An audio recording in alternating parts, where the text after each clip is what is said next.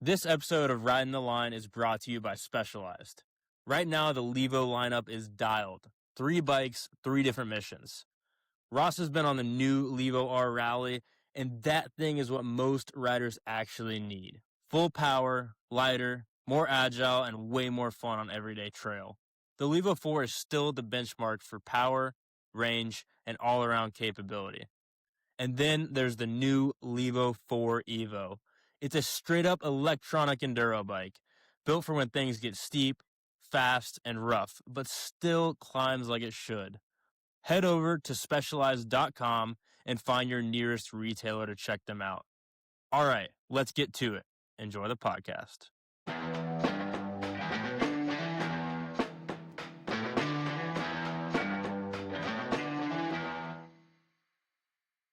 Kind of Heck yeah. stay Is afloat in it this. cold? Is it cold up there in Dude. North Carolina as well? It is. It's like 36. Very cold. Ooh. Yeah, it's been really hot, and then to go from like 80 degrees down to absolutely nothing. It's like, I don't even know. I don't want to build trail right now, I'll tell you that. Like, you guys were like, you want a podcast Monday? I checked the weather. I was like, absolutely, I want a podcast Monday. That's a great thing for that. That's funny, man. Kaysen and I signed on, and we had the same shirt and the same hat on, and I'm like, I'm in my garage, just because it's kind of the dope spot to pod. And Kaysen's like, oh man, he's like, we're twinning, and he was like, I got a hat, I'll grab it, I'll grab another one. Dude, yeah, I mean, it's cute. I mean, whatever. You know. Hey, we'll be cute. We'll take it. I won't judge, but others might, you know. Hey, you know what? It's good for the pod. It's good for the socials. We'll take it. Yeah, dude, that's yeah, that's as long as it works for you guys, I think it works for the customers and the fans. Definitely, dude. Got to represent the sponsors, man. Yeah, that's y'all are getting hooked up from Specialized now. Is that what I heard? Yeah, man. Yeah, we got a good deal going with them, man. That's awesome. We do our part, and they help us out a bit, and yeah, it's a good partnership so far. That's well, I think that's actually a really good segue because like the cat's out of the bag, right? Yeah. With the new sled, dude, the Levo 4 Evo. Yeah, how's it ripping? Dude, I am on. So they dropped the Levo R earlier this month. Or was that end of March? I think it was end of March, right? Yeah, it was fairly recent though.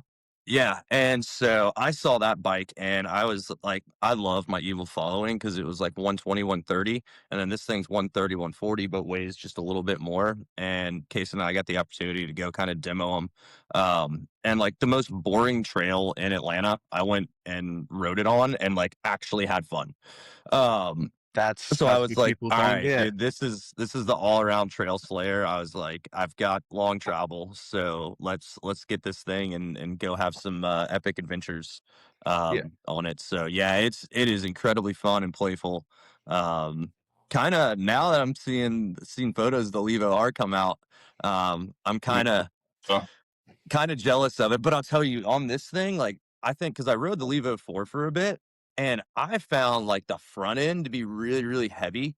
Like when you're trying to pull it up and manual it, like for me, like you had to just get back so kind of like on a far on that DH bike, thing. just gotta like swing off the back, you know. It's even heavier than the DH bike for me. At least for me. Like other people, they may have an easier time, but for me, I just found just getting that front up and really sitting on the back wheel. It was just irritating. It was just a lot of work.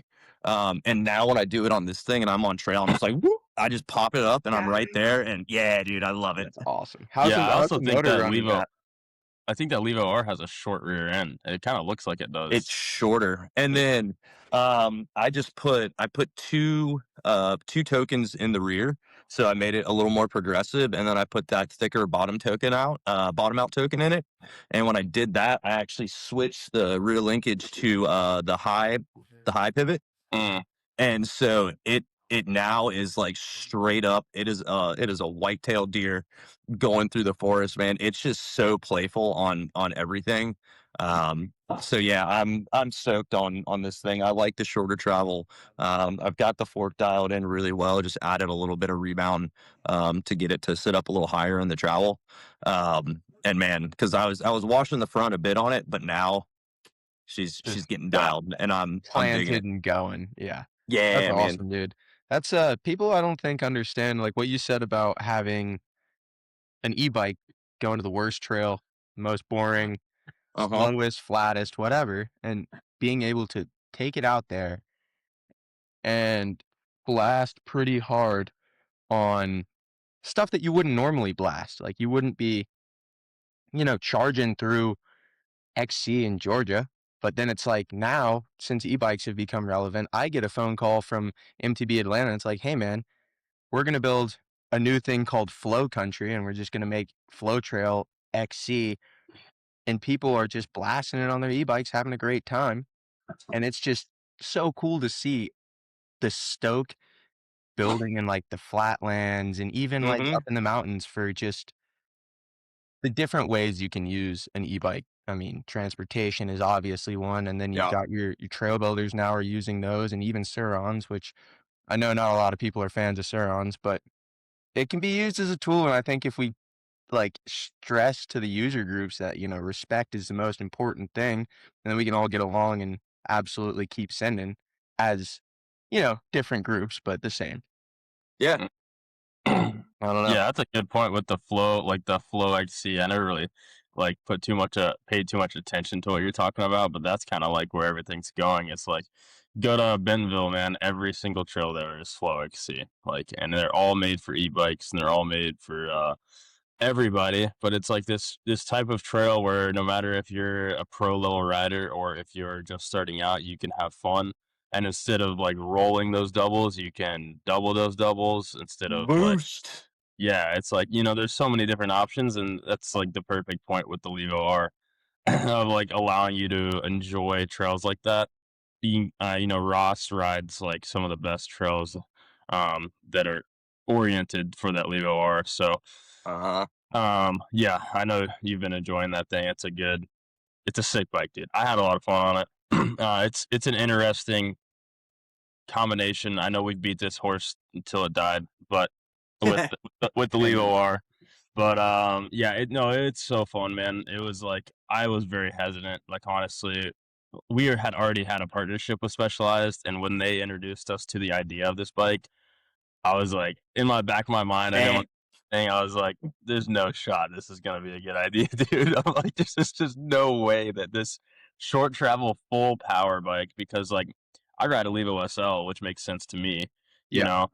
But like having this full power, but like with a 36 on it, with shorter travel, it just didn't make much sense. And it's like, dude, I worked in a bike shop for 6 years, so I sold these e-bikes to these guys that were 50, 60 years old that went and go ride blankets or Alatoona Creek or all these trail systems on their 180 travel bikes on their Oh full God. power 180 travel e-bikes. It's like, dude, and I thought about that and I was like, dude, this is what the Leo R is for. It's like these Boom. people don't need a full like travel enduro downhill single crown e-bike. They just don't need it. And so this is the answer, and Specialized just happens to be like the first to do it. I think it makes like the short lap feasible. Like I Yep. hate 30-second descents just as much as the next gravity enthusiast does.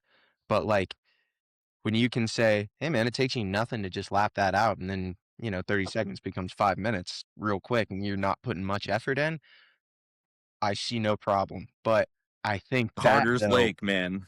Yeah, the Carter. availability of like pumping out lap after lap is the best part of an e-bike, but I think to people that e-bike hater, it's the worst part of an e-bike because it's like, oh, you can just go out and as a trail builder, I totally understand. You have to balance, the wear and tear with the Yeah. fun. And I think what a lot of people don't realize though is you go to Atlanta and you go to all these other places and you look at the trails that e-bikes are allowed on, and then you go to DuPont or you go to Pisgah and you go, oh, there's no e-bikes here, but the trails look just as worn in the exact same ways. Mm-hmm. And the problem is when people feel like they're the OG on the block, you gotta give them a little bit of like credit for being the OG. and it's like nobody wants to let the new guy on the block, the e-bikers, like in Yeah. at all. Like you can't have a table. You're not in yet. So Dude, I got some conversation for that one, dude. I want to table it for a minute. I was about to say, I want to come back to that. Yeah, beautiful. but first of all, we kind of jumped into the intro a little different than what we normally do. I'm Ross. This is Kaysen. What's going This is on? Ridin the Line. What's up, y'all? We've got Mr. Bergen Khare with us today. Bergen, just talking about OGs. He is definitely one of the OGs. His family is like the OG family for sure. He's a longtime trail builder, racer, all around mountain bike guy. You're up in Pisgah, I do believe, up there in that Asheville. area of North Carolina. Yep, Asheville, North Carolina, represent. Yeah. Yeah, and I had the privilege of watching Bergen come up through the youngster ranks, through the juniors. I got to watch him do a whole lot of racing. Got to know his family pretty well. And your dad Shrimper was one of the old trail builders, man. And so he kind of you were destined from the start, I suppose, to land where you are today. But stoked to be able to see you grow up, and after a few years being apart, hey, have you back on the podcast. So what's going on, man? Tell me about life. Dude, yeah, it's been going fast for sure. I started about 3 years ago. Started a trail company, Flowhound Trails. You can find us on Instagram. Don't have a website because I feel like you're just gonna look at the pictures on the gram, and if you don't have that, well, you'll find me one way or another. You might ride a trail, and word of mouth is a pretty powerful thing. I could do better in the media spots, but hey, we're trying. Hey, Kaysen's good for that. CTS Media, man. I know they Plug him need up a right little work there. now that he's Plug him full up. We time might doing have to something else, collab. right? There it is. So yeah, started trail company a couple years ago, and then let's see, built Trek Trails at Otero Park in Jacksonville, Florida, on a recycled landfill, we'll call it. It's kind of just an old landfill capped with dirt. Pretty cool concept, if we're honest.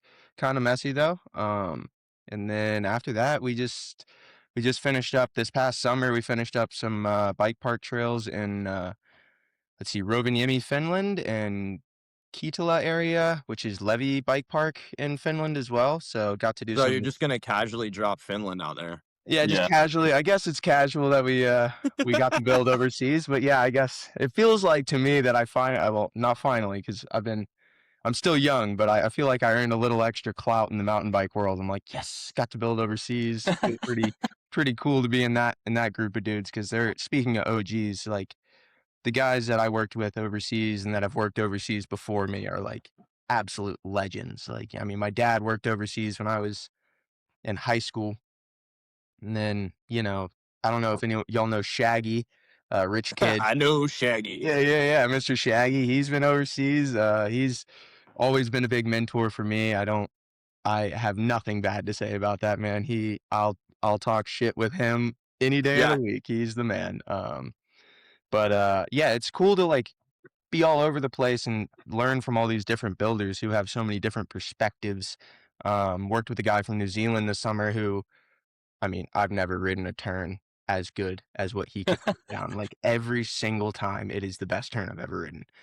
Okay, And what makes it the best turn? Let's dive into this. so, one, this dude, like, he obsesses over every angle, and like his attention to detail when he puts a turn in is just so extreme. He looks at every part of the turn multiple times and never, like, doesn't take no for an answer, essentially. He'll just, he rides it and he thinks a little piece needs to change, he'll dive right back into it, tear the whole thing apart if he has to. That's the first thing, is like he doesn't settle for a mediocre turn. And then the second thing is he parks his machine dead in the center, and an excavator is on a turntable, so it swivels. So he takes that excavator and draws an arc and doesn't move his boom. So he draws a perfect arc with connects where he needs to be. So your angles don't change when you turn. And So then it's constant radius all the way through the corner, exactly, essentially. it doesn't Okay. it doesn't vary, it doesn't differentiate at all. Like it's really cool stuff that he does. And then I think the coolest part to me was his ability to make a turn that, dude, Asa Vermette could absolutely destroy one of these turns if he wanted to, but so could your grandmother, which is like the craziest. If she wanted to ride that trail, she would not be scared to hit that turn Dude, that's because it's like a sidewalk in the lowest point. You don't have to ape it. You can ride it at any ability level and however Yeah. you want. And I think that is, to me, this guy, Scotty T. I love that man. He is the kind of what embodies a trail builder to me. He doesn't really care what anyone says, but he just sits out there and gets it right, and it's not good until it's good. And Yeah. I think to me, he cares and is way more passionate about his building than most people. And he do be loving his trails, but I mean, if you built something like that, I think you'd love it too. So I don't know. It's cool to work with Dude. guys like that at my age, 26 years old, and just trying to soak it all in. Yeah. And just, like, I don't know anything. Like, I'm just 26, dude. I'm just like, I might have been doing this my whole life, it feels like, but every time I go work with someone, they've got a whole new perspective that I'm like, that is just That's really cool, man. Being a little bit of a sponge, dude. That's sick. So because I don't know jack shit about really building a trail. I know we got drainage, we got to deal with that. Like, I always hear the thing about like decreasing radius corners, right? Everyone's like, oh, that decreasing radius just, sucks all the trail speed out of it. So it's cool to hear you like, it's that constant radius that really makes, in your mind, something that's a cool corner. And I think as trail builders, we could do better about, we need to make berms steep again. Like, what is all this cereal bowl, like BS? I don't know, man. Like a blue Dude, trail, you should still be able to corner at mock chicken. I don't know. I mean, maybe I'm it's with you, and if it like Jared's place, I was just talking to Ryan because I actually ride with Ryan pretty often. I'm going to a ride with him here in about an hour. So him and I chatted up on Mondays, and he was talking. He's still building out there, and he's built a lot of trails himself, Ryan McGarry. And he was like talking about the green trails out there, and like the green jump trail. Oh gosh, what's that trail called? Is it, dude, I've only been there twice, but it is. No, not Armucci. What is it, man? Off of Armucci? It's off of Armucci. I don't know. I forget. But like, are you talking about Armucci to Cindy? No. No, the one all the way. Cindy is not a green. No, well, I was just making sure that we were Dry Creek, dude. It's called Dry Creek. Okay. Yeah. So that one is like the perfect example of a fish bowl, toilet bowl, whatever you want to call it, the cereal bowl, whatever you want to say, of these open, wide corners. And like I was talking to Ryan, and he's like, "Yeah, we're gonna go back through there and make those steeper." And I'm like, he's like, I know it's a green trail, but like it just makes more sense that they're a little bit steeper to hold you because, dude, I think it's easier to ride when you have everybody needs support, man. It doesn't like turns are there to support you through the turn. It shouldn't. I mean, the problem though, it's a green trail. You should get used to the feeling of turning on a berm. The problem, and I'm gonna be a devil's advocate here, Berg, and the problem is if like just thinking about my fiance, right? When she was just starting riding, if I took her on a trail with steep berms, where is she gonna ride? Where do you think she's gonna ride that berm at? Well, that's what I'm saying about this guy Scott. She's gonna take the inside of the berm and ride that's why Scott. His berms are perfect because it's like a sidewalk on the bottom, and then it's like a freaking perfect little whack if you want. Okay, I gotta ride this now. I wish I could. So you're saying he makes there's two different lines? I don't know if you can share it on share something on Instagram to this. Oh yeah, we'll do it. I'll send you one of his turns real quick. So explain it though. So there is a area. So for the people that don't want to ride the steep part of the corner, they just go on the inside. It's kind of like this.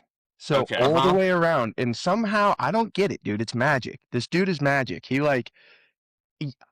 Berms are to, change the direction of a trail and bring down the elevation, because you've got a switchback and you need to drop elevation to get down the mountain. So that's what a berm is for, objectively. But the whole difficult part, and also to tear your tire off. of course, you gotta support your local rubber company, as much as you can. Blow it up, boy. So yeah, and the difficult part as a builder is, how do you keep the inside of a turn from just being like a steep pitch? That way, if you're, for whatever reason, people want to ride the downhill, uphill, whatever, e-bikes are a thing now. All right. If you want to do that, that way people can just carve the insides too. And it also works. That's how you invite all ability levels, like your fiance or like my girlfriend, to just try it. Why not? The inside's right there. And then, oh, you're going in too fast. And then, the berm supports you perfectly because it's built right. And it's like, if we can find a way to design a berm, or to design something that actually does work, if you can build it to work, it's crazy how, and Will Zierden, perfect example. If you were to take my girlfriend down Armucci, it's nice and flat and then steep tops, she'd be totally comfortable. And I doubt she would know what was going on, but I think she would have one of those reactions. Be supportive, yeah. This was awesome. Yeah. Armucci is a great example of that trail. And I know you can blaze down it. I know it's repetitive. We talk about it all the time, but it is genuinely like that great example of like, before you know it, you're in the corner. And it's like, for those, and especially it's trail armor now, so it's kind of hard to tell, for beginners, I would say, that you're like already in the steep corner and you're being held up, and then by next thing you know, you're in the next one. Yeah, you're in the next one. And then you're like, oh, okay. And it's then deceiving how much support it gives you, and that's 100%. I think also Will, I want to give him a shout out for like actually listening to the people who go to his park. Not a lot of parks do that.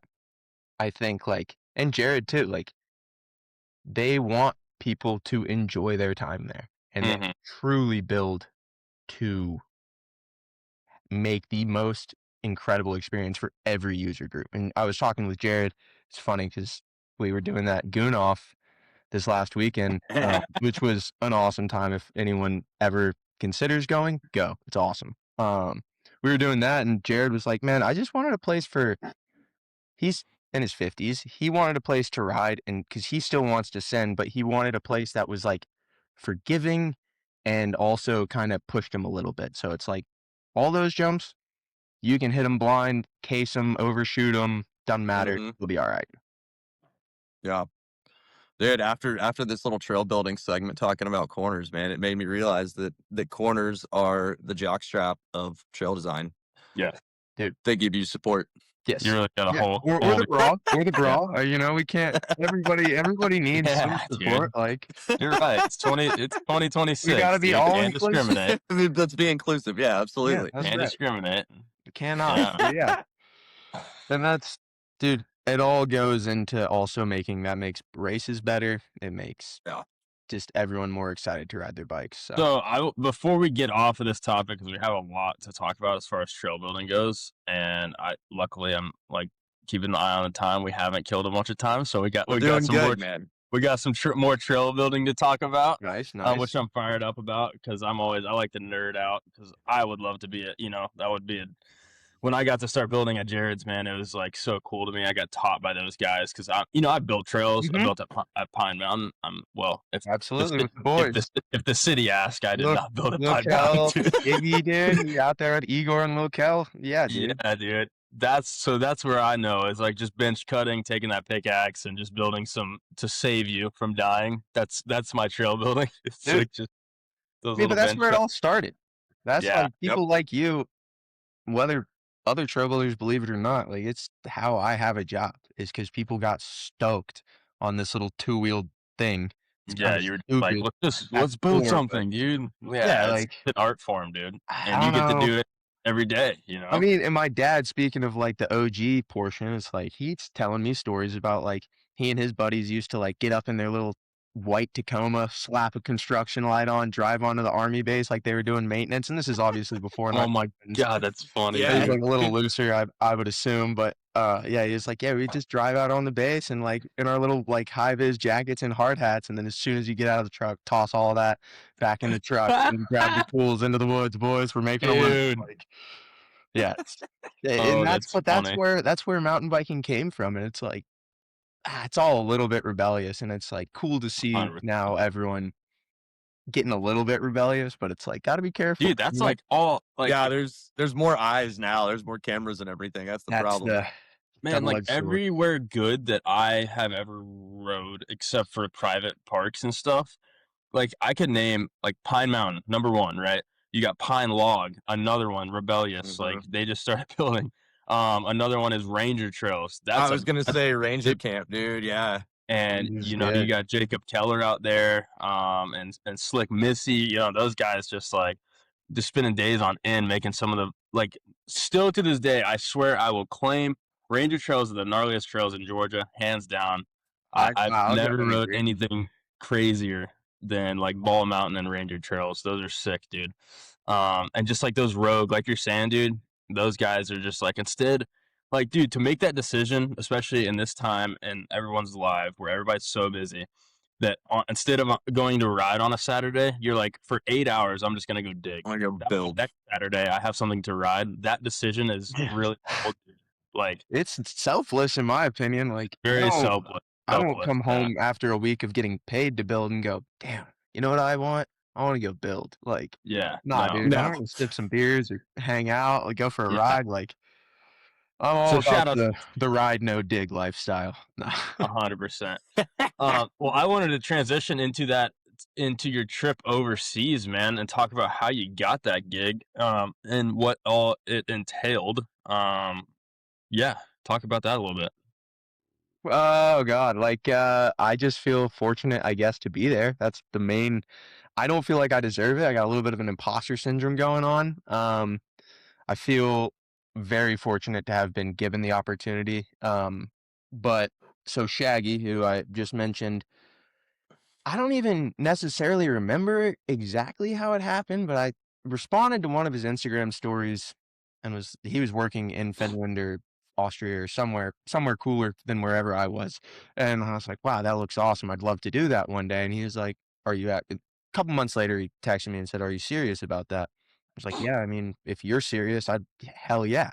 And so he was like, okay, I'll send him your email. And then yeah, just randomly one day in December, I got an email from Allegra Trail Company in Austria, and they were like, "Hey, man, we're looking for subcontractors to come out and lead the charge on some trails at some resorts in Finland. They have like a 3-month, 4-month build season, so because it gets so cold up there, Yeah.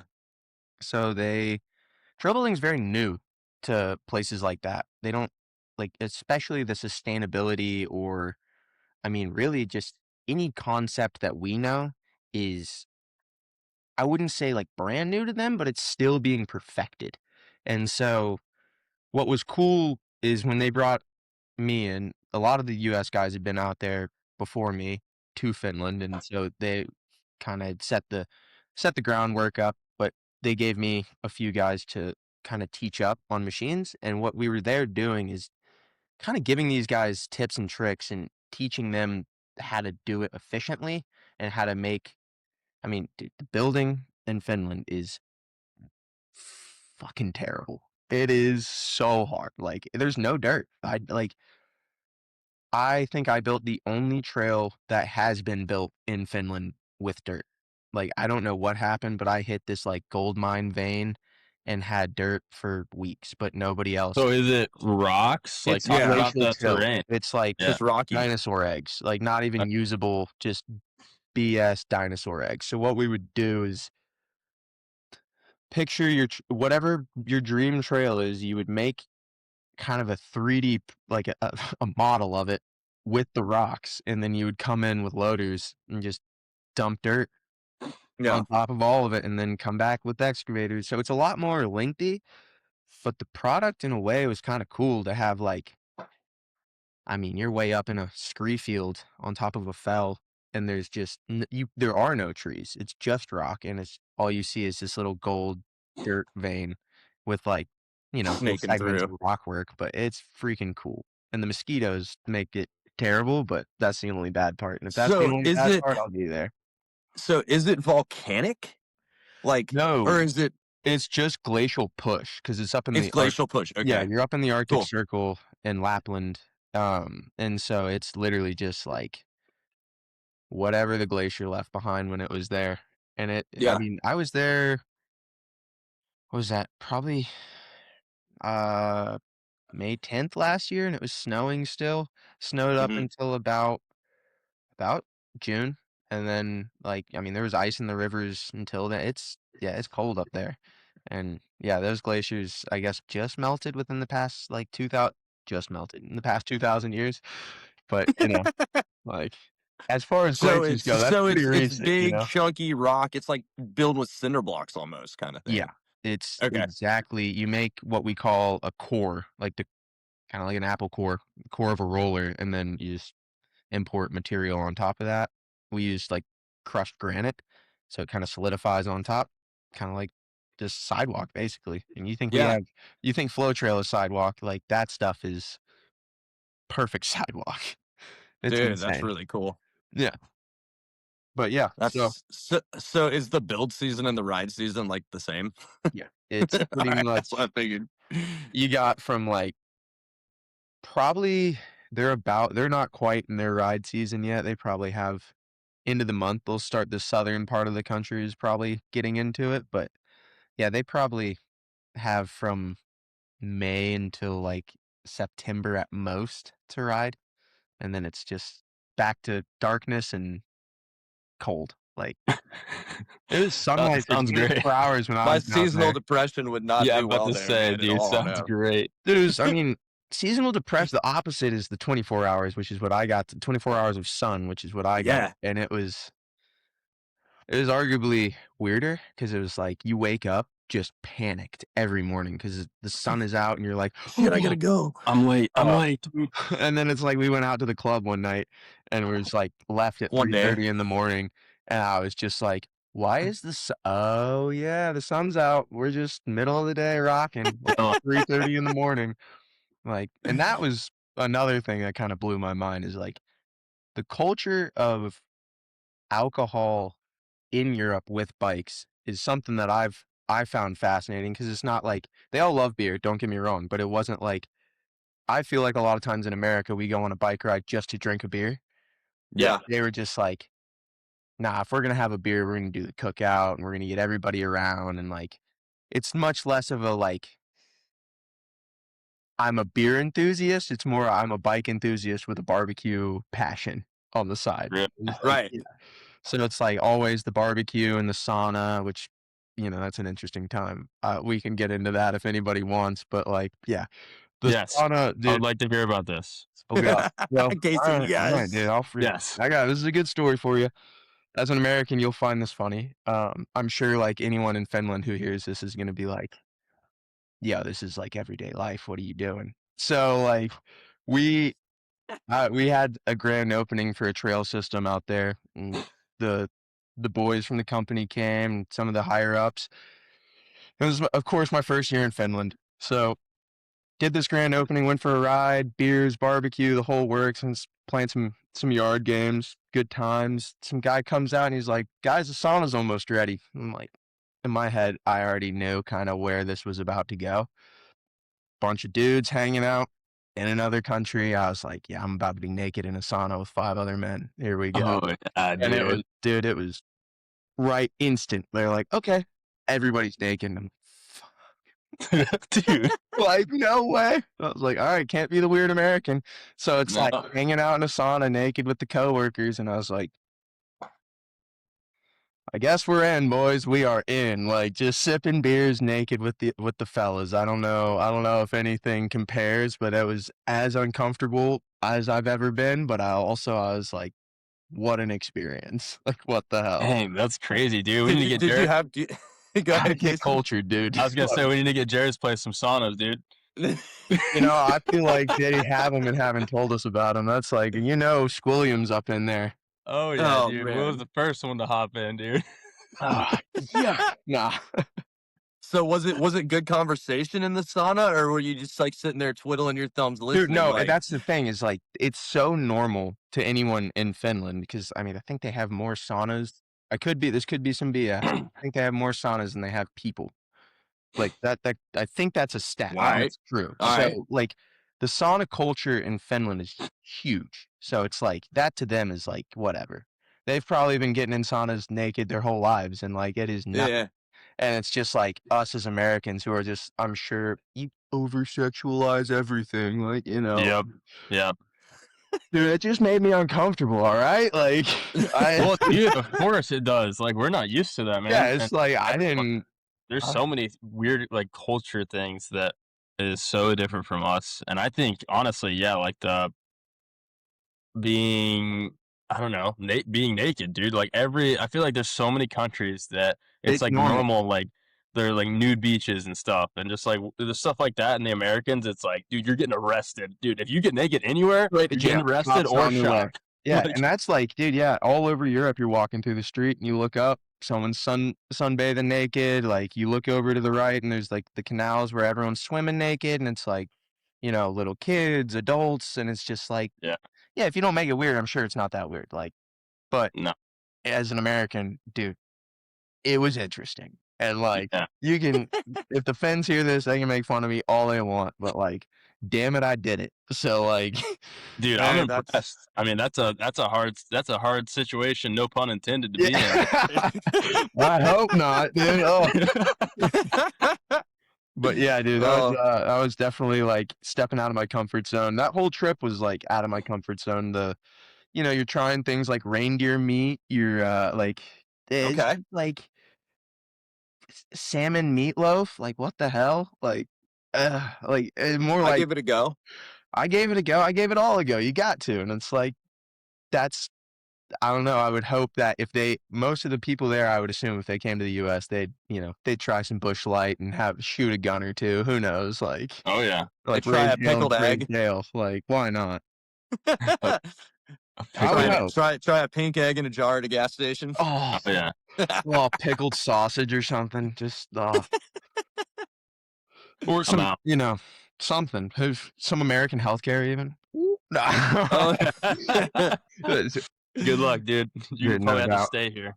That's all right. So Berg, you gave me a list of topics about trail building, right? Shoot me one. I was gonna say I want you to pick one of those things that you kind of feel I don't know, that you feel most strongly about, or you feel like there's like the most to talk about with that trail building. Can I pitch an idea? Because yeah, I think I saw one on there that I it. really wanted to dive into that I kind of wanted to dive in the environmental aspect, but within the environmental topic, I also wanted to talk about land usage with you. And there's a lot of like stuff recently that's been going on with the national parks and stuff. We don't have to get too political, but we can voice our opinions. And I did want to talk about it with you guys because honestly, I don't think about it too much. So I think it would be good to have a conversation about land usage as far as mountain bike trails goes, hiking trails, and your experience, Berg, just like that type of stuff. Go into the environmental topic, and then also like, yeah, man, what's going on with our national parks and stuff. So, yeah, one big topic. It's probably like a 2-hour conversation that we can condense, but well, yeah. I mean, before I say anything, I'll say my opinion is just my opinion. You're entitled to your own opinion. That's the beauty of a democracy. Like, think how you want to think, vote how you want to vote, and we'll see on voting day, whatever it is. But so I think, I've had conversations with lots of people about the national parks and the National Forest Service and with what's happening with our current administration and that stuff. What I have realized, though, more than anything, our public land, whatever you do, fishing, biking, hiking, camping, rock climbing, don't give a shit. Hunting, I don't care. It's the most bipartisan issue in America. Like, it is what makes Americans feel free. Like, if you have the ability to not pay somebody to go and recreate because of you and your fellow Americans' tax dollars, that's a freedom that I think Sure. is it's tangible. You can see it, you can feel it, and it's accessible to everyone. And what was, in my opinion, one of the coolest parts about the National Park Service is they always push to make things accessible to everybody. Like, you got a disability, there will be a trail in Arches National Park to the Arches for you to witness that beauty. And it's like, it's just Okay. taking care of your fellow man to allow them access to Mm-hmm. pursue that adventure if they want it. And I think that's what bothers me the most is I don't necessarily want to be rich. I don't plan on getting rich building trail, but I do want to be able to pursue an adventure if I want to. And that's, I think, the most bipartisan feeling there is like, okay, you don't go outside, but like everybody who goes outside would be crushed if it went away. And you can go to a city Yeah. in any state and it can be, Mm-hmm. this is my take, it's the same. You can go and get that 5-star meal in any city. Yep. I can go have the best steak of my life in New York, Chicago, Miami, name a place, you know? You cannot look at that view at the top of, the Great Smoky Mountains or name a place Right. anywhere else. That's unique to that one spot, and once it's gone, it's gone. And that's, I think, Mm-hmm. I don't really talk much about like the gay rights, trans rights, whatever physical policy you want. You cannot have an argument about that if you don't have clean water, if you don't have Mm-hmm. like public lands that give you clean water and allow your environment to clean itself naturally. Like, there's just not an availability to have those conversations without taking care of those few things. And I think we're people. We're the smartest species in the world. Like, why couldn't we figure something out to do that?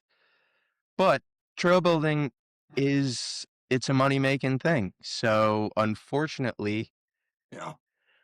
sometimes I look at things like allowing e-bikes in the national parks or the national forests, and I go, I can benefit from that, and I don't see enough of a ecological impact on a Impact. Yeah. day-to-day to, like, change my opinion. Whereas, like, I think we can all agree that, mining in Nantahala National Forest is kinda gross, and it looks bad, Yeah. and it's gonna be gone in 20 years, and there's still gonna be a stain forever.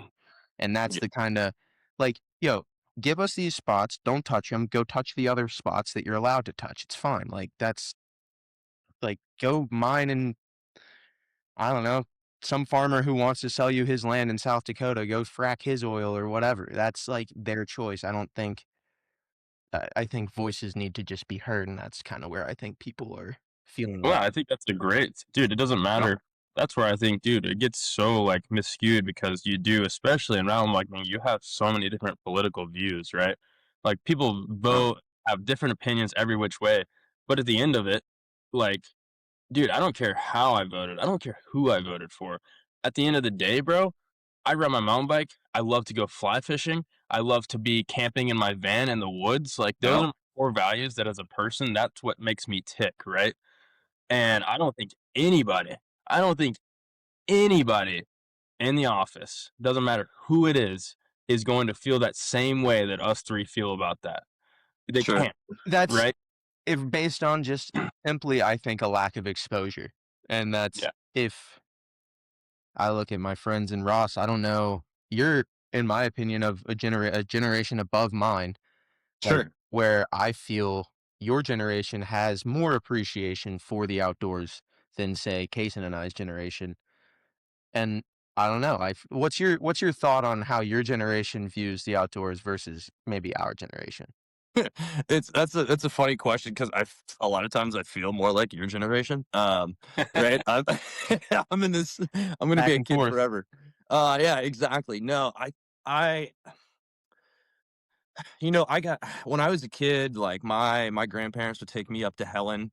We would go up like I had been through the Nantahala, forest as a kid, and then I feel like through a lot of like my teenage years, part of it was I kind of moved away.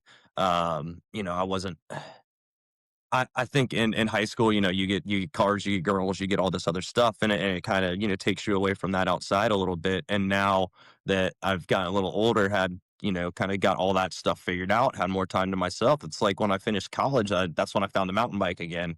And so I think that was a big part of it. And now with Leah and I, like we found the kayaks, right? Yeah, you look I've like you've been really enjoying that. Oh, dude, I've been really enjoying it, and also been in situations where I've been really terrified. Fair enough. Even more than the mountain bike. Drowning is But scary. yeah, and it's sick because like you can do this multi-sport thing where you go like 2-3 ways in a day. You can do the bike and then go cool off in the kayak. Like it's all right there. But to get back to it, I think that reconnection with the land, because I remember when I was working for Maxis, we did a lot of work with Rebecca Rush, and she had a very big stance on bears ears, and that national forest. And at the time, it was the administration was wanting to shrink the footprint of bears ears. And so I saw a lot of the media that she was putting out. And that's one thing that I remember. And I remember it did get smaller, but I don't think it was it didn't like shrink by the original plan. I think there was a good bit that was saved. And I could be wrong on that, but I think as outdoor users, I think as outside people, it does fall on our responsibility to protect what we want. So we do need to I think we do need to be voiced. We need to voice ourselves, and we need to be active. One of the other big things I remember was like the OG Rampage site. Years ago, what is this, maybe like 7-8 years ago it could have been. They were looking at doing some oil drilling on like the OG site. I don't know if you remember this. Yeah, no, I do. And it was the pushback on the petitions literally from mountain bikers that stopped that. Yeah. And I mean, it was like 200,000 plus. I think that was the number. Petitions back, or 200 plus members on that petition that actually stopped that. Yeah. I don't think people realize how heavy your words to your phone calls and your signatures and all that kind of stuff can be. But it's like what, a year ago, when I'm gonna call him out because I didn't like it. Mike Lee, the senator from Utah, was trying to sell off like all that stuff. Yeah. It was like, I mean, I'm sure we all remember, like, the whole outdoor industry just went and was like signatures, phone calls, all of it. And then all of a sudden it got removed from the bill. And it's like, damn, look at what your words can do. Look at what a little bit of organization and advocacy without being just obnoxious and rude for no reason. It's what, like, to get your point across, like, respect is important. So it's like, I don't want you calling me a dumbass. I'm not going to call you a dumbass, but I would like you to hear what I have to say. And that's, I think, we need to start a lot of these topics is like with that. And I think too, man, like just hearing what you guys just said really quick, I think the outdoor industry like are automatically, I don't know if automatically is the right word, but they're primarily reserved type of folks, right? Yes. So like automatically these people that are using doing these activities, using the land, they're automatically like reserved folks that don't usually voice their opinions. They like to just go outside and ride their mountain bike. They like to just kind of keep to themselves and go hike. Just go outside and not be bothered. Not be bothered. Well, that's all any of us want. Let's be honest. So it's like, that's why it's like, it's really hard. And that's why it's probably not voiced enough, is because like all these people keep to themselves, man. Like these are the folks that just want to enjoy life, dude. Just want to go outside. It's like, doesn't really care what's really going on as far as, all the craziness. They just want to enjoy their life and have. Now it seems like someone's kicking down their door, dude. Like, yeah. Holy. I think it's a good example of like, if you poke the bear hard enough, and the bear being those outdoor users, like, we are going to be like, oh, nope, not cool, dude. That's mine, and I want it. Yeah, go from Yogi Bear to Yogi Dick, dude. Just pissed immediately. Like, And think about, dude, Ross, think about when we talked to Stuart about the Big Creek thing.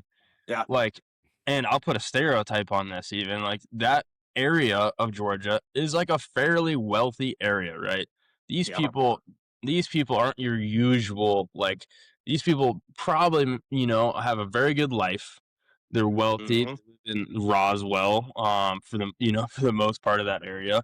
But at the same time, these folks really like to ride their mountain bike and hike at Big Creek Trail System. Yep. So it's like these people that are in office or in the commissioner role or whatever it was, it's like they're thinking, oh yeah, they're gonna want these tennis courts. It's like, well, you don't know about the people that don't say No. anything, ride their mountain bike and use this area, and then boom, what happens? 9 million people show up at the courthouse, and Yep. guess We what will. happens? Tennis courts don't. Yep. So it's like, mic drop. it gets me fired up, man. Like just thinking about it, it's like, yeah, these people are quiet, but when you Poke start the bear, man. it's We'll like, wake up. Well, that's the thing is like you want people to take you seriously. That's Yeah. like what you gotta be loud, and that's my dad. Being the OG trail builder that he is. We've had lots of discussions about. He tries. He's not always great, but he tries to be open-minded about a lot of the new stuff coming into the world about like trail building, mountain biking, you name it. He's the boy is stuck in his ways, but he's talked me through kind of how he's brought mountain biking in an analog sense to the forefront when he was coming up through the ranks. And to hear him, preach and preach about you got to organize. And if like the e-bikers, this is a great thing for them. If they organize and come to like Pisgary, I mean, not a lot of people like Pisgary Sorba, but go to whatever trail organization you support with this money. Hey, we'd like to build a trail. The e-bike committee, whatever, wants to build a trail. Here's Okay. $150K that we fundraised for this trail. Can we get it built and can we be allowed in the national forest? I'm sure there would be much more reception to that argument just because it's like, look, you guys have taken the initiative.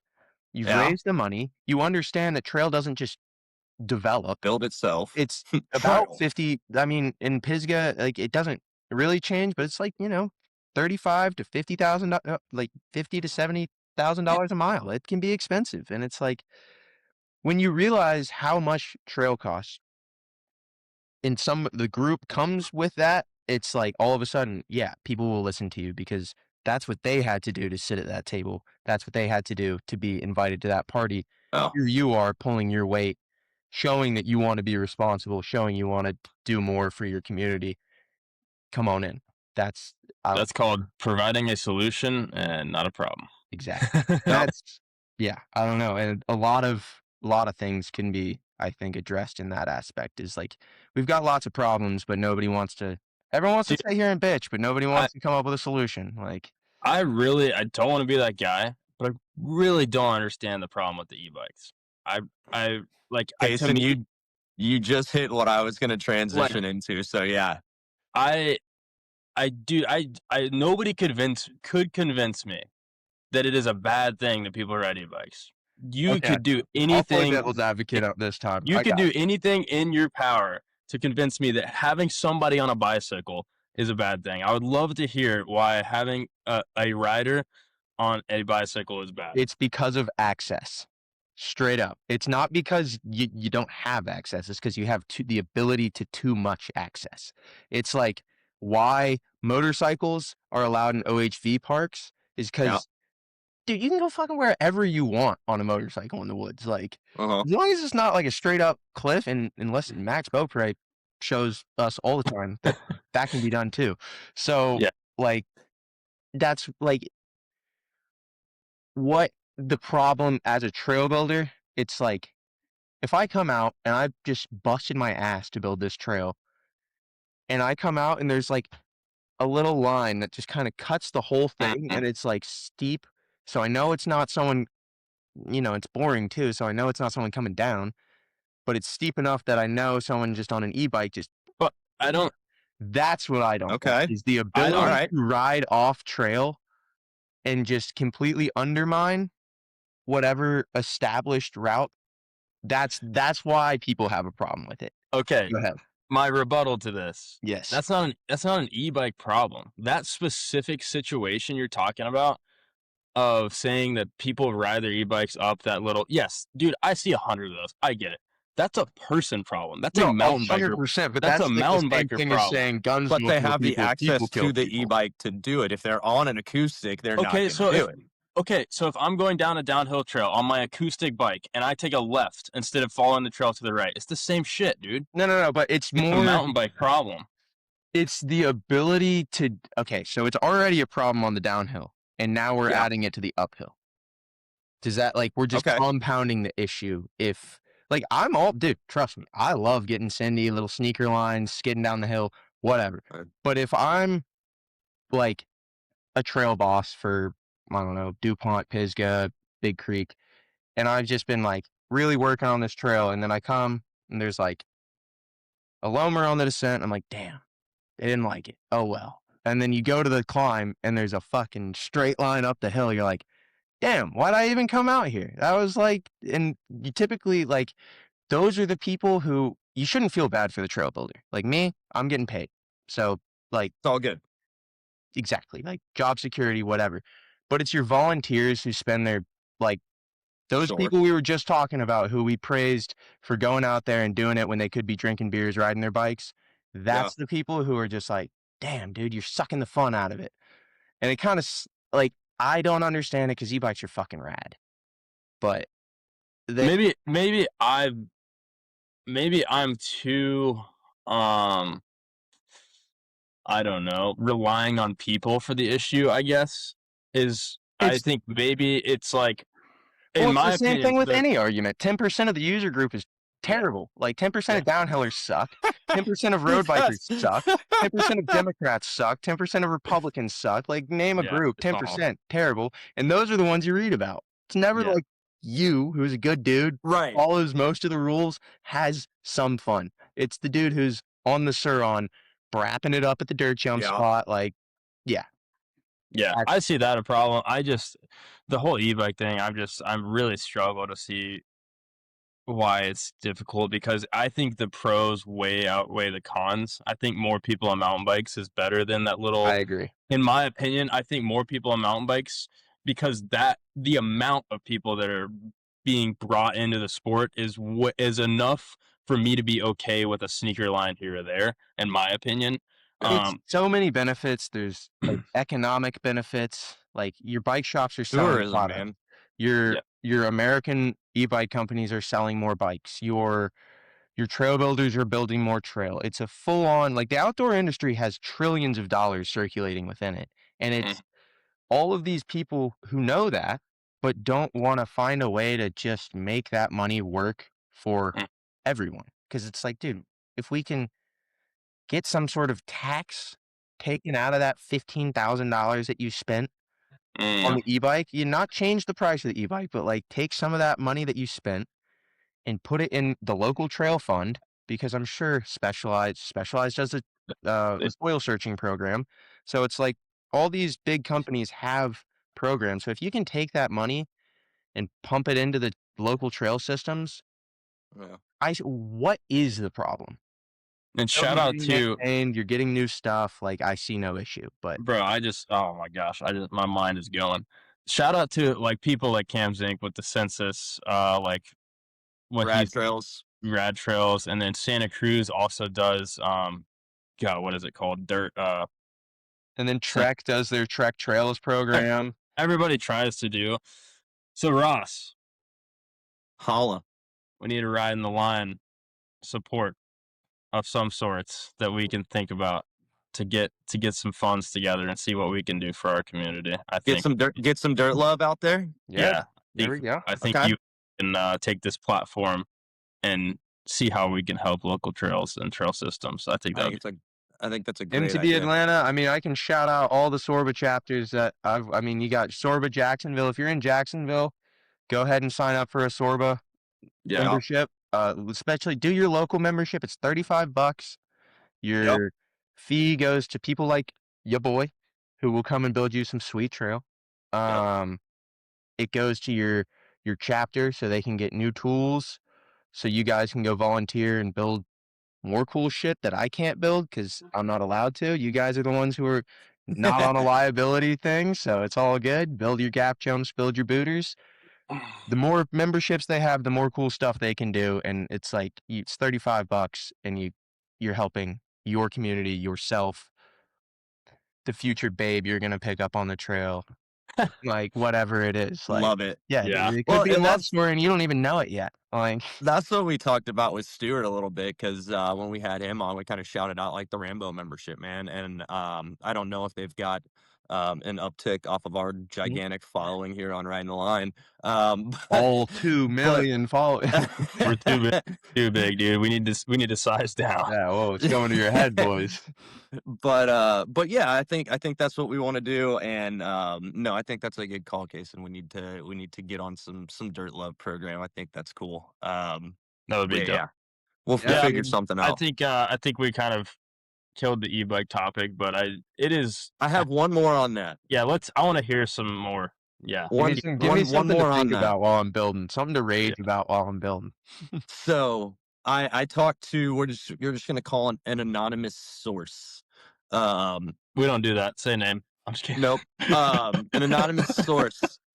Maybe about a year ago, not quite a year ago, and I've heard that there may be some testing of electric things in the Asheville area. Have you heard of anything of this sort? I mean, that's the thing about Asheville, dude. It's a rumor mill. So you just, Yeah. I mean, dude, I don't know how long people told me that I-9 was making damn headlights. Like, what? Like, I can't confirm or deny anything because I've been told not to confirm or deny anything, but yeah, Okay. just poof up the rumors. So We'll say that. I can I'll give it a prop, but I'm not gonna go too much into it. Yeah. Dude, and I'll go ahead and incriminate myself, man. We were up there about a year ago for a wedding, Leah and I, and we had she had just gotten her e-bike and I was on the shuttle, man. And like we were like, man, we're taking the e-bikes. We know we're gonna go ride somewhere. And I was like, you know what? We're gonna hop in. We're gonna be super respectful. We're gonna be nice, and we're gonna go do a little DuPont ride. And so we got dangerous game, brother. Wait for that. Wait for that ticket in the mail, dude. Wait for that. So no. So what we did is I'll tell you, even the ranger was in the parking lot, like the state ranger, whatever he is, park ranger was there, and I was like, I know he sees these screens, these dashes on our e-bikes, man. I know he does. He came over, or we just like, I was like, hey, we're not supposed to have these here, Leah, and so we were like, all right, let's go look at the trail map. He was talking to some other people. Cool, smile away. Yeah, and so we walked over, looked at the trail map, and then he walked over to us, and on the tailgate, the bikes are sitting there, and I was like, all right, here we go. He's like, hey, guys, he's like, have you been here before? And we were like, oh, yeah. We were just looking at the trail map just to make sure all the trails in the route that we're going to do is open. And he was like, oh, cool. He's like, what route are you doing? And so I was like, we're going to do like Cornmeal to Burnt. Great route, big route. And then I was like, we're going to go over down. We're going to work our way down to Bridal Veil, do like airstrip down, and then we're going to ride up that big rock climb back across the river. He's like, yeah, dude, everything's open. It's all good. And he's like staring at the handlebars. I'm like, he sees the dashes. I know he does. And he's like, hey, man, y'all have a great time out there. Like, enjoy your ride. Yeah.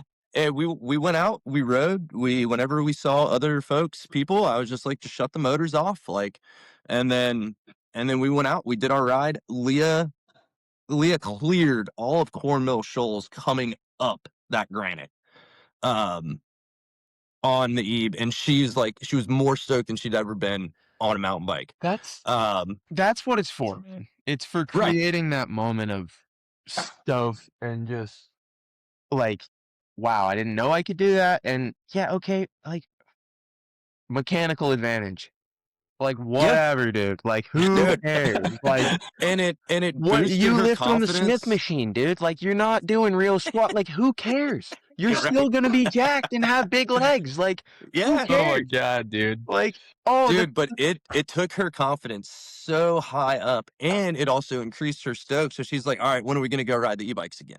Right? technology is an important thing.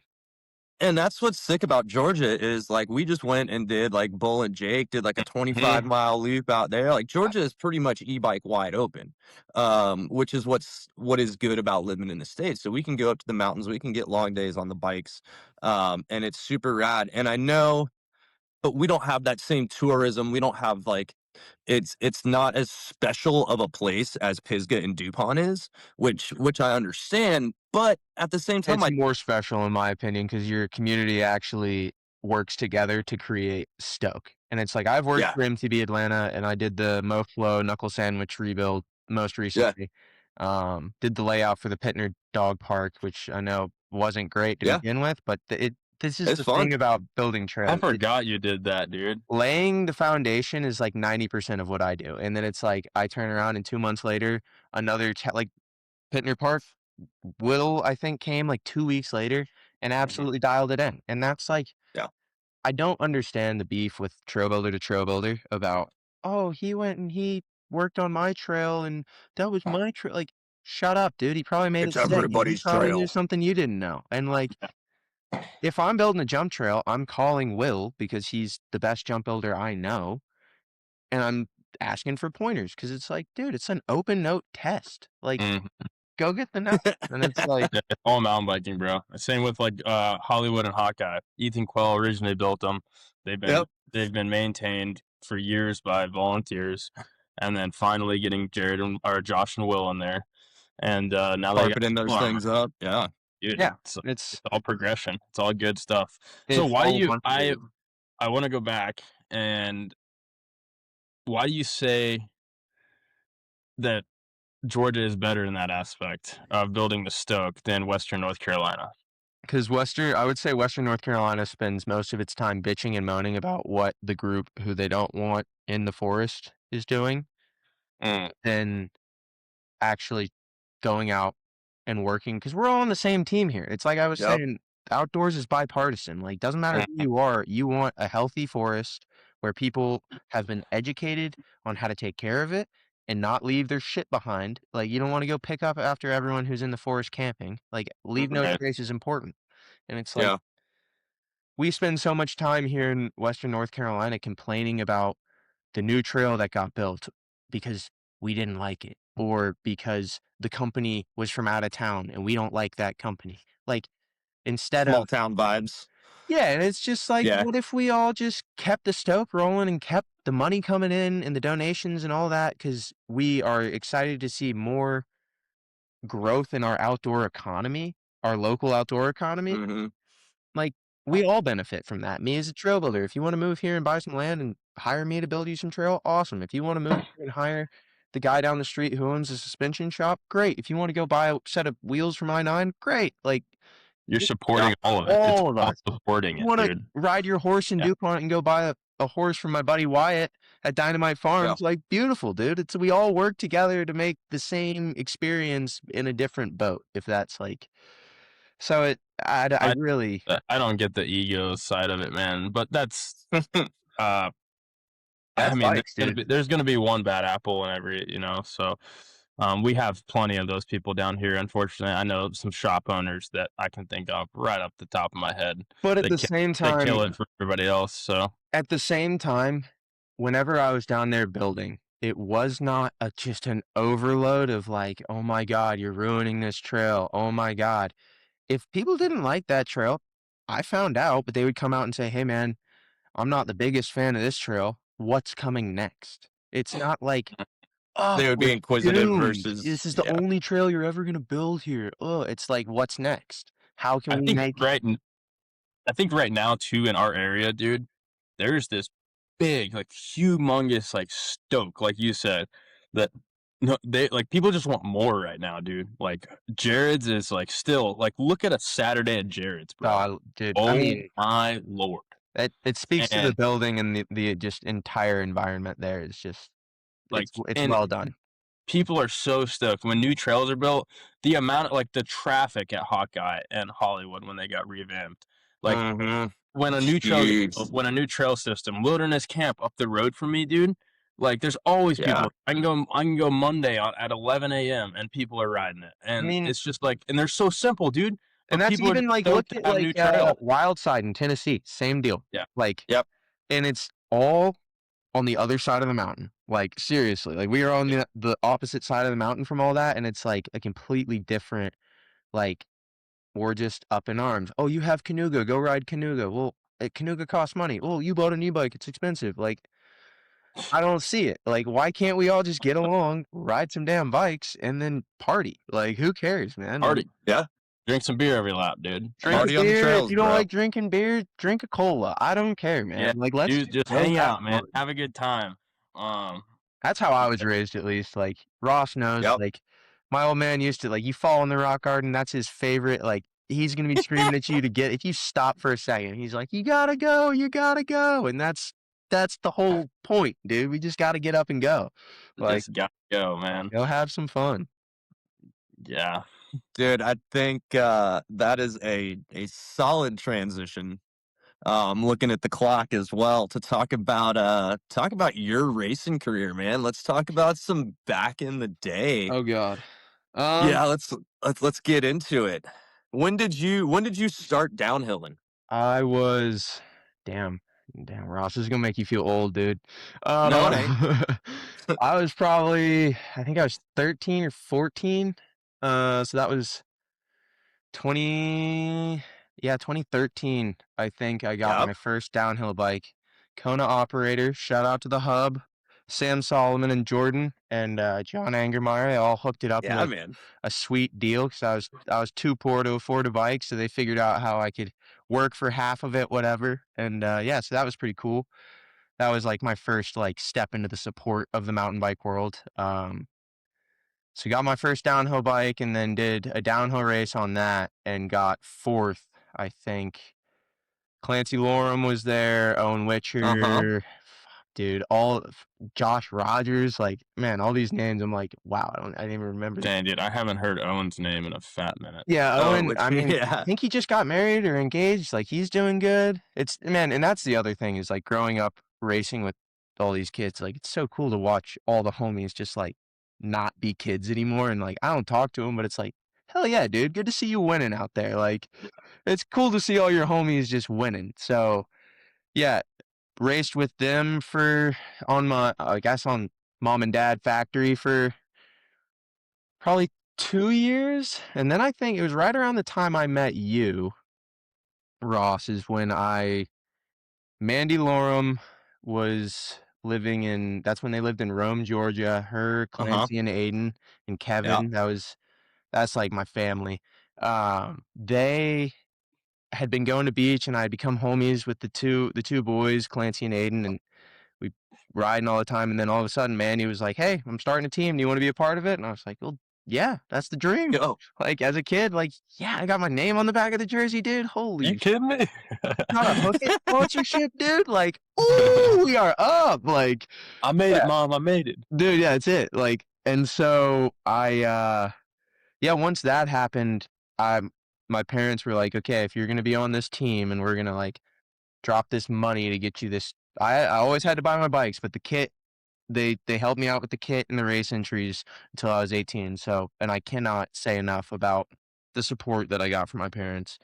Can't undersell that. Like, doesn't matter how many free whatevers I got. If my parents hadn't have been there, hooking it up with the hotel room, hooking it up with the money at the shop sometimes when I like really needed a part to race, wouldn't be here. So right around the time I got on beach, they were like, if we're doing this, you got to start going. And so I was in high school going to the gym twice a day, riding my bike twice a day, just absolutely dumping the throttle to like give it everything I got. And then I think when I was 16 or 17, I started really like doing well. I remember Ross, Yeah. I rode the lift with you at beach and you were just like, dude, what did you do? over the winter. Yeah, I remember I that. was like, I don't know if it's puberty or if like what I was doing, but you were like, What did you do? this year? And I was like, fuck yeah, dude, hell yeah. Dude, yeah, because I remember that year and I remember that lift ride. And because I had watched you during practice and I saw you come down some stuff, and I was like, where did 8 mile an hour come from? I was like, holy shit, dude. And you Yeah. just, The weight room. I think there was like a little, maybe some kind of growth spurt that happened there too, because Yeah. you were just lankier and smoother on the bike. I went into my senior year of high school at 5'4", and I graduated at 6 foot. See, yeah. Yeah, so it was And dude, like, it was, I remember watching you come down and I was like, okay, that just looked like a younger version of Greg Minar. Like you just sat on the bike and just like you didn't move and just let the bike ping around and you were just, and so it was wild. I think that year when I was like hit that growth spurt, it was my first year in Junior X, and I can't remember. I think it was a snowshoe GRT. I was watching Charlie Harrison went through the rock garden, and this is before Kush Core and any of that shit. And like, I just remember hearing like bang, bang, bang of his rim just off the rock, off the rock, off the rock. And I was like, okay, that's what it takes. Like in my head, I was just, if my bike is in one piece at the end of the weekend, I have not tried hard enough. And then I was too poor to afford rims before I got a 9.9 sponsorship. Shout out to those boys for really helping me out.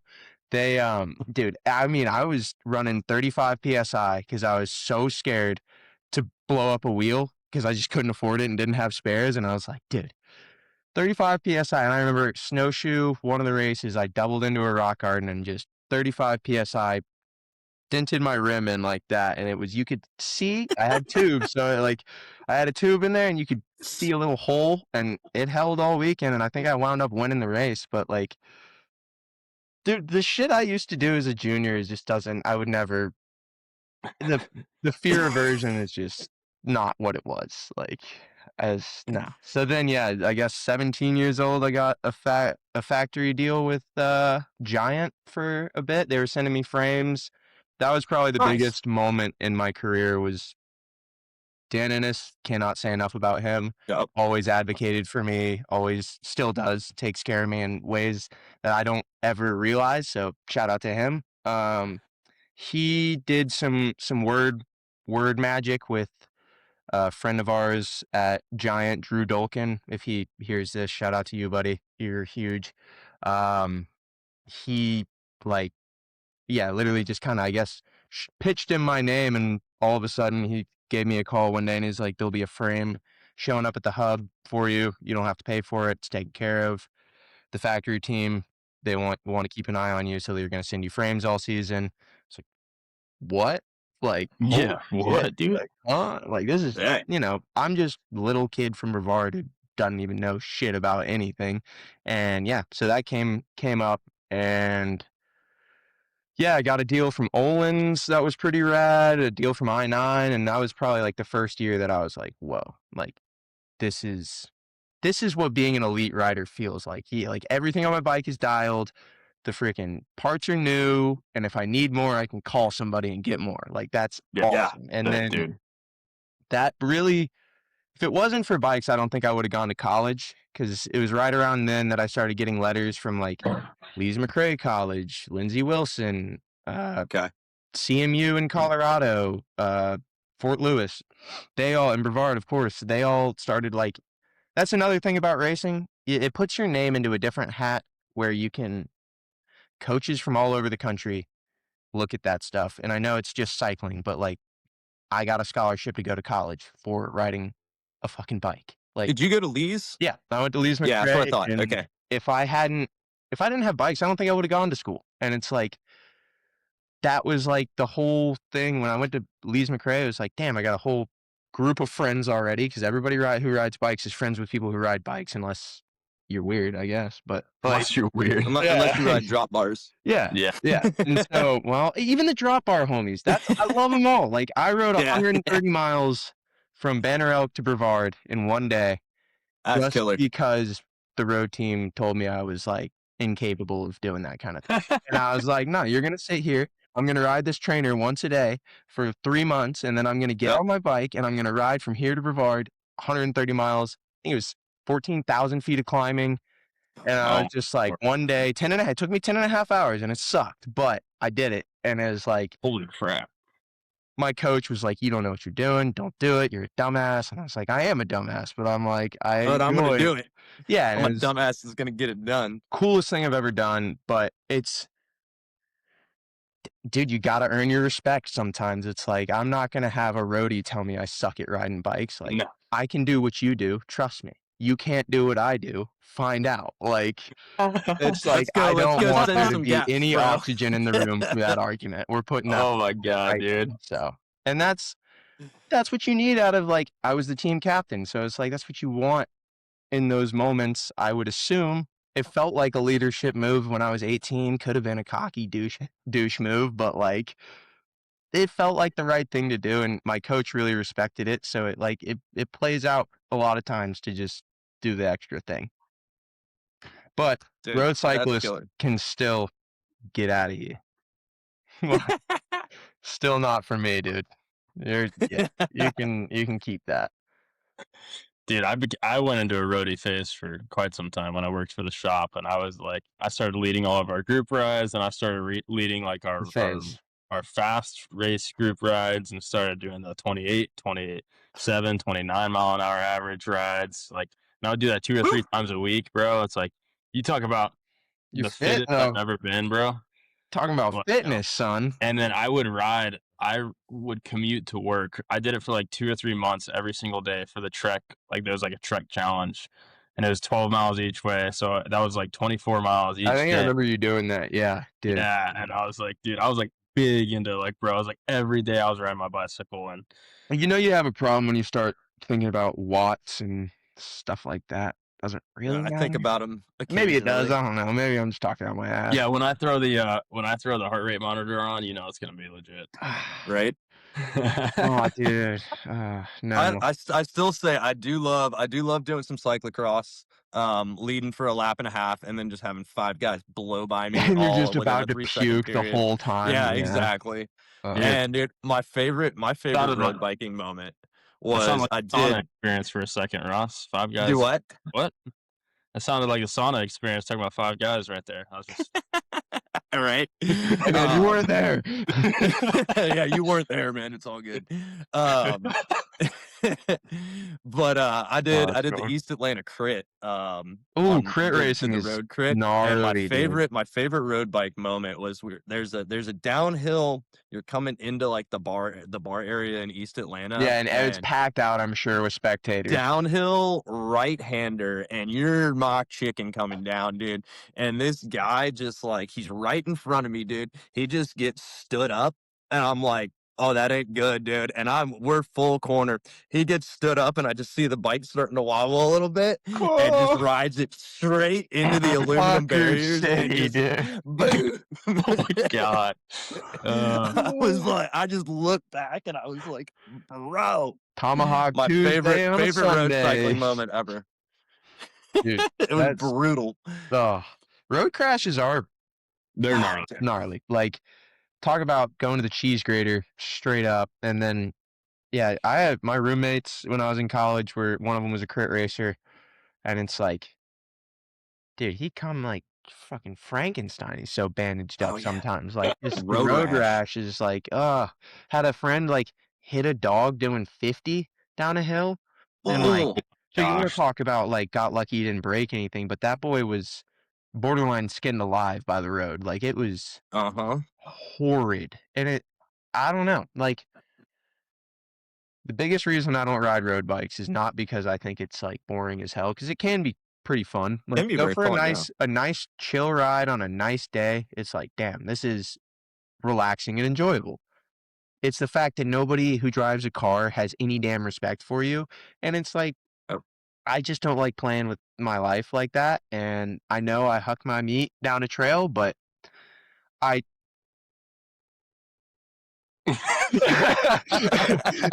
hold up, wait a minute. But it's like, there's a Narcouch reference right there for you. Yeah, there it is. But yeah, it's like, I'd rather hit a tree than hit the hood of someone's Suburban. I don't know. Like maybe you can Suburban add moves, your the tree sticker on the doesn't. back of your Suburban. I'm with you. And the only time, minus me commuting to work, but we had a greenway. So from my parents' house, this is when I lived with them. I could ride 3 or 4 miles and hop on a greenway, and the rest was like I could literally just ride a greenway to work, which was so clutch, dude. It was so nice just to be able like that's Well, we even need more, more dude. of that for Like sure. greenways, bro. Thank you to communities and cities for building these paths, bro. It's That's another topic. you look at Charlotte, and I Yeah. was at the brewery in Charlotte the other day, and I swear it was like when I was in high school leaving class, and there's just like fucking hundreds of people just Yeah. walking past each other, getting their exercise, and like, dude, I can't say it enough that cities who promote any other form of transportation than cars It's amazing. doing Charlotte is, dude. on a generational run compared Yeah. to any other city. Like that's Charlotte is pretty sick as far as like greenways and stuff goes. Like I was there for the super motocross race a little ways ago, and I was sitting at a brewery, the one that I think is closed down now for Yeah. other, and it was on the it was on the greenway, dude, and it's packed yeah, out. packed, dude. You couldn't walk between, and same with dude. Shout out to Atlanta, who is about to have, I think, Ross, what is like 40 miles total or something crazy, the Beltline when it gets done. Yeah, they're doing they just opened up the new extension down toward Grant Park and down toward the Beacon. Is We that like a just city project or? yeah. Wow. Yeah, we just rode it. It's pretty cool. I mean, it's what's nice is it's like literally maybe 2 miles, mile and a half from my front door. Which is pretty sick. So we can hop on it real quick. It's that the Grant Park, the south side of that greenway is going to be really cool. I will tell you though, from you guys probably don't know the streets, but from like Memorial all the way up into like Piedmont Park through like Inman Park, like through like the heart of downtown, You can like through it. you may as well walk your bike. Yeah. It is like that overpopulated, but that's just Atlanta because it is such like a hub, and there's our city's overpopulated in my opinion. It is what it is, Yeah. but So keep sending them to Asheville, boys. Keep sending them on up here. Like we'll take them, I guess. Like, but yeah, it is. I think it's really cool. There's that central stretch of it, but there's so much more greenway that does go like around town. If you hop in a helicopter and you actually look at Atlanta, like we do for a large city, we do have a ton of green space, which is really, really cool. But yeah, I think I kind of enjoy it because people don't really take advantage of the rest of the greenway network besides that one railroad strip of it. But yeah, you can absolutely, like, I can hop on a bike and hop on any part of the path network. circumnavigate the city real quick. Yeah, and get to I live on the east side. I can get over to the west side, especially on the E, in probably 25 minutes. Yeah, And that's what it is, dude. And that's genuinely like my girlfriend used to live in DC, and it was like she lives in Raleigh now, but it's like I know it's weird, but I do run. And it's like I can run. Oh, dude, lots of the homies would disagree. But no, I run. yeah, I try at least. take care of that heart, gentlemen. Cardio's important.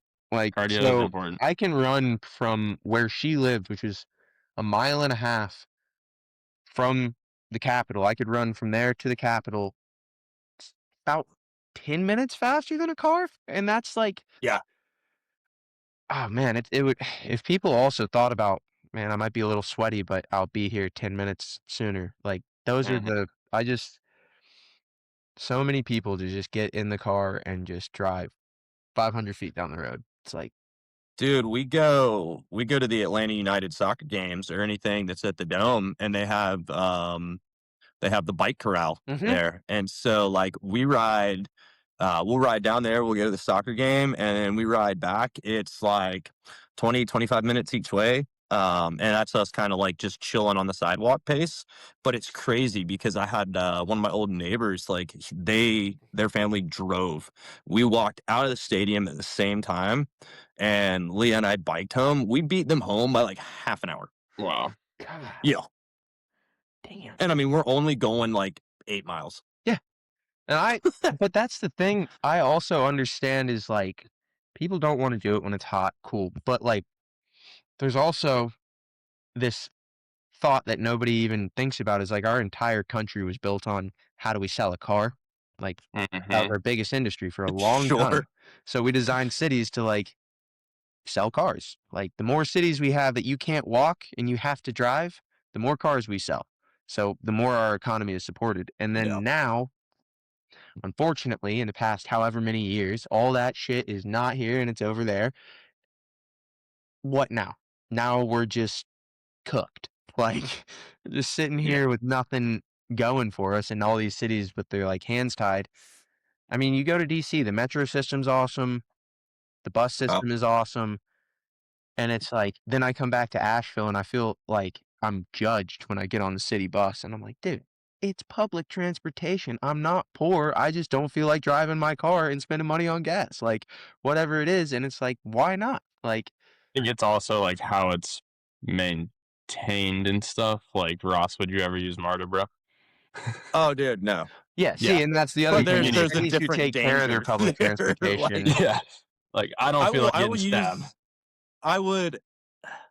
I use MARTA like to go to like the Peachtree Road Race every year for sure. But yeah, it has its uses. But yeah, no, I'm not It's really. a dire I'll ride situation. my bike in Atlanta. I'm not trying to hop on the train, bro.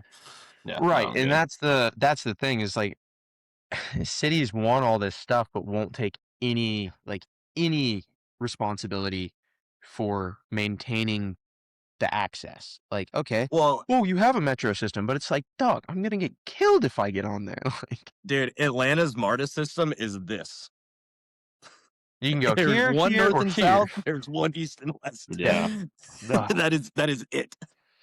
I mean, in a way, it's better than nothing, but like, yeah, I just think, yeah, green transportation isn't always green on the surface, but that's like, Yeah, And honestly, Atlanta is one of those cities that could benefit the most from a proper, like, public transportation system. proper rail. Yeah, Like, bro, it's. or I just mean, putting, like even. Ross said, access for bikes to be able to park your cars. Like, or, Mm, like you just gotta have parking spots for bikes just like you do cars. Like, safe bike parking is, and that's a tough one. Just in any major city, with especially, how yeah. Metro, yeah, it's a tough one, man. It's like, man, I'd really like to come back to my bike if I leave it here. Like, yeah. Uh-huh. Yeah. and it's like not having to have a beater is kind of nice. Like, I'd like to be able to ride a bike I enjoy and not get it Yeah. stolen. Like, instead of just like, oh, I'll take this bike just in case. Like, that's a terrible thing. Yeah. Yeah. Well, before we hop off, I want to talk about. I know this may be a long topic, but that's okay.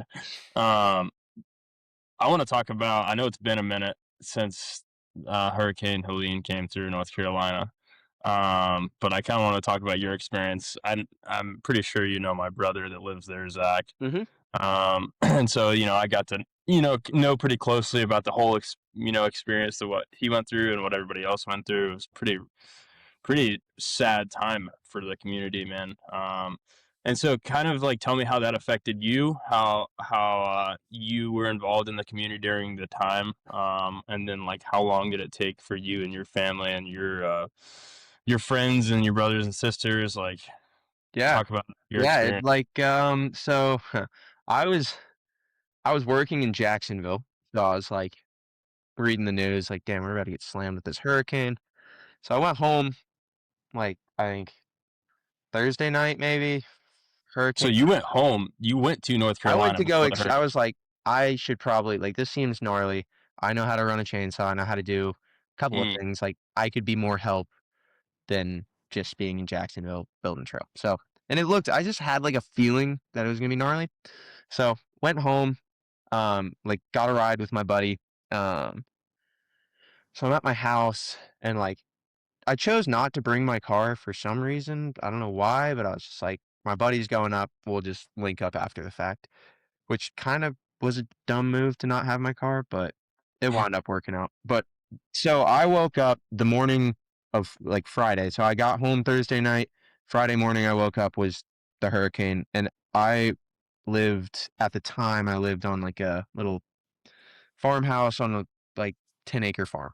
And so like surrounded by the woods. I went out into the middle of this field because the wind was blowing so damn hard. And I'm not lying. For 10 minutes, all I could hear was trees just crashing. God. Nonstop. Like, I don't, like, you hear a tree fall, whatever, but, like, just nonstop, constant trees, like, big trees coming down. And it's just, raining harder than I've ever seen it. And so at this point, I believe the cell towers had gone down. So there was like zero communication, which was probably the worst part of the whole thing. And so I had no idea like what the hell was going on in the rest of the county or the rest of the area.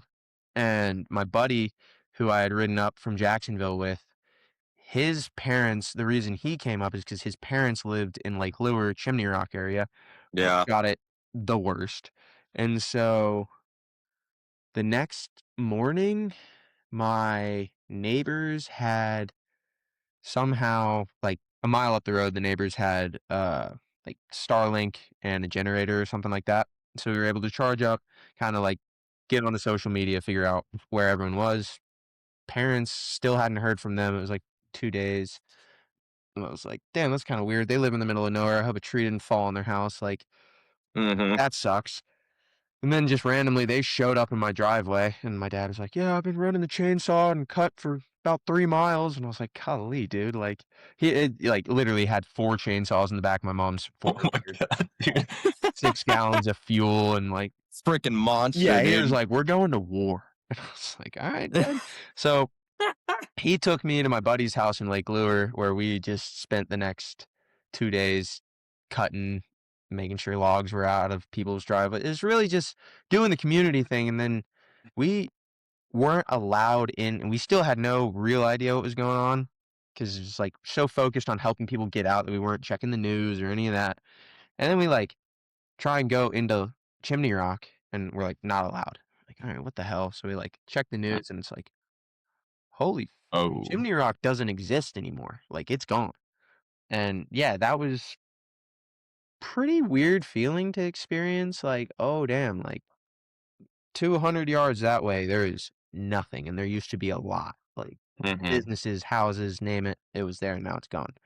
And to me, that's when I was just like, damn, I probably shouldn't be in Jacksonville working right now. I should probably be up here running a chainsaw working. So I'd work for 2 weeks in Jacksonville and come back up here and help my dad cut trees down in like trying to Pleasant Ridge, South Carolina, outside of Greenville. They have a pretty cool trail system. Cut, I think, wound up being like a 5-mile loop that we had to cut out, and it was just like, I mean, sections of forest that look clear cut, that just like were formerly old growth tree or almost old growth trees. Yeah. They now are just entire stands completely, like a tornado went through, and it's just holy cow. And then even 2 weeks ago, I was in Lake Lure working on the Buffalo Creek trailhead. Lake Lure got it the worst, like landslides like I've never seen. And these trail systems have been completely washed away. Like new ravines have been formed. And so my dad, Wow. the old shrimp, and I were out there with his excavator just patching it all back together, like digging new trail across these landslides. And I mean, we're still doing that. That was 2 weeks ago. And that was Helene. Now is what? That was 2 years ago almost. A year ago. No, 2 years, I guess. Now. Close. But yeah, it's been a journey, and I don't think we're even close. My Clancy Lorem, as you guys, I mentioned him earlier, he's working for a company called Mountain True, and they do like river cleanups and stuff like that. And I mean, they'll be busy for years doing river cleanup. It is the Yeah. stuff they pull out of the water it's ridiculous. Like, It's incredible. Yeah. and just how I live probably 5 minutes from I guess the epicenter of Asheville where it happened, and it was like the level that the water got to is, I mean, Uncanny. it's, yeah, you can't even fathom. Like you're standing in this little city square, and someone's like, "Oh, that building was completely underwater," and you're like, "Oh, that's why it's not open." Wait, where's the river? And it's just like 200 yards that way, and it's like water was 20 feet high here. Like, what? Yeah, It is that's dude. nuts. When I went up there like a few weeks after, and we were driving through River Arts District, which if you want to be Yeah. depressed immediately, you drive through there right Mm-hmm. after the Got hurricane. Dude, it was like, bro, it was crazy. Like just driving through right that area across from New Belgium and looking up like a quarter mile from the river and seeing these trees up on the mountain, and you can see the water line on the trees that are on top of this huge hill, like a quarter not mile even from the close to the not even close to the and river. you're like, wait, what? Yeah, and then And we you're have like Ross, you kayak now, so you know the Green River. Yep. I was gonna bring up the green. Yeah, the Green got completely just I think they're still running it, I believe, but it's not what it was. From what I've It's heard. back open now, and I was gonna add Wilson Creek area was closed, and they just reopened the Wilson Creek area up toward Boone. Yeah. After that river cleanup, because there was a ton of metal and debris and all types of stuff in the riverbed. Yeah, Bathtub, Watauga. I mean, all types of stuff up there. But yeah, the Green. There's actually a really good documentary about if you look at the Green race. The documentary about everything that happened there will pop up. It was sick, dude. Dane Jackson and like one or two other dudes, man, they paddled in there right after the thing, and they like brought supplies down the Green. They were like, yeah, we're not running this right now, we're not running that. No, it's But it was crazy. They got everything in, and they really helped those people out. It was incredible. the Green, I mean, it has just so much history too. And there's Yeah.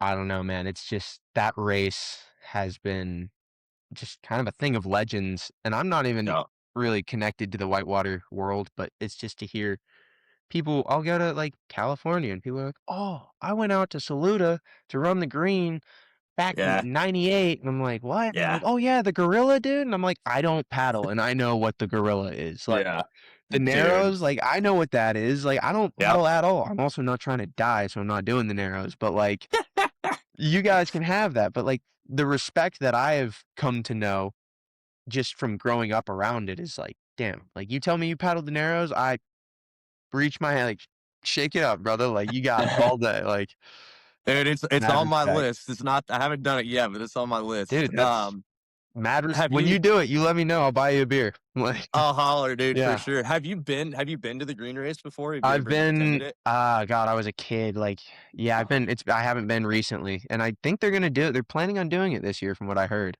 Yeah. Because it's running again. So if we get enough Yep. rain, we'll see. Dude, they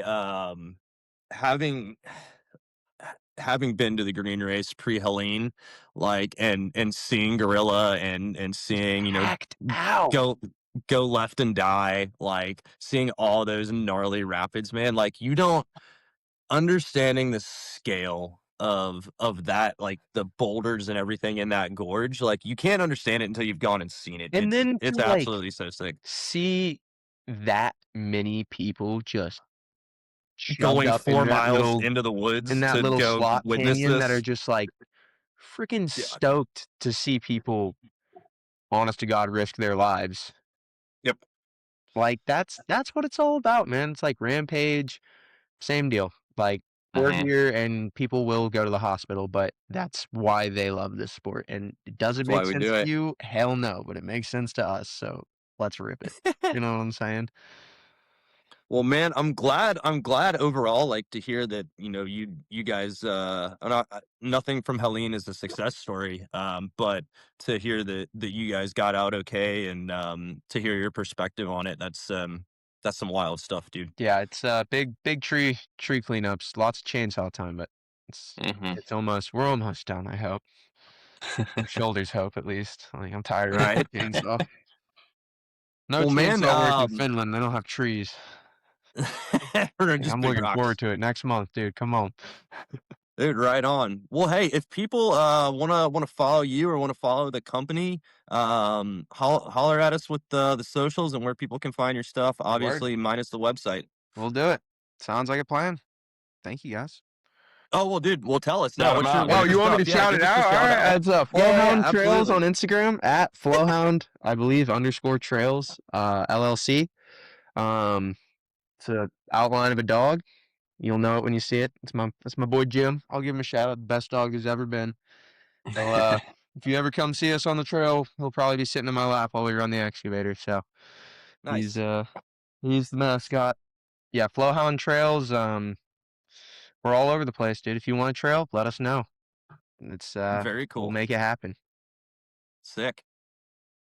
Well, Hell man. yeah. Well, thank you, brother. Yeah, thanks for coming on, giving us the Dude, time. Sorry I yeah. stepped on you there, Kaysen. Go You're ahead. good. Yeah, I was just gonna say the same thing. I appreciate your time, man, and thank you for taking time out of your Monday to hop on the pod. I think everybody's gonna enjoy this one, and we talked about some good topics. So I appreciate your time. We'll have to have you back on Dude, after love you to. Yeah. have some more projects and stuff to talk about.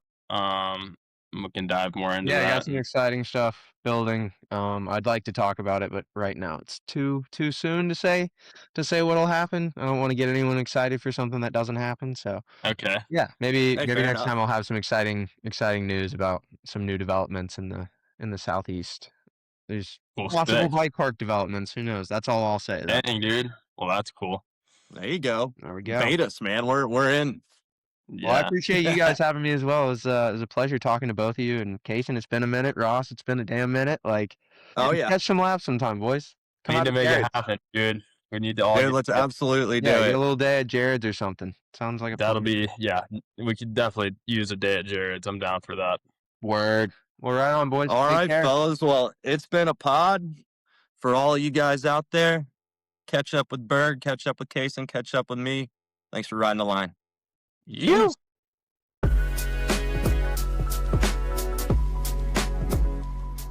Before we wrap this up, huge thank you to the brands that make Ridin the Line possible. Big thanks to Specialized Bicycle Components. From trail bikes and EMTBs like the Levo platform to road, gravel, helmets, shoes, and some of the best tires in the game, they're not just building bikes. They're building the full ride experience. Whether you're racing, training, or just chasing better days on the trail, Specialized has it dialed from top to bottom. Check them out at specialized.com. Shout out to CTS Media.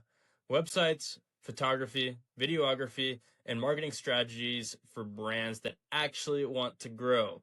If you're serious about leveling up your business, head to ctsmedia.org. Appreciate Shred It You're On. Innovative jersey solutions that let you run a GoPro or action cam straight through the jersey while keeping your sponsors visible. Built for riders who create. Check them out at shredityourOn.com. And big thanks to Gutter Getters, keeping homes dialed so you can stay focused on riding. We appreciate all of you supporting the sponsors and who support the show. We'll see you on the next one.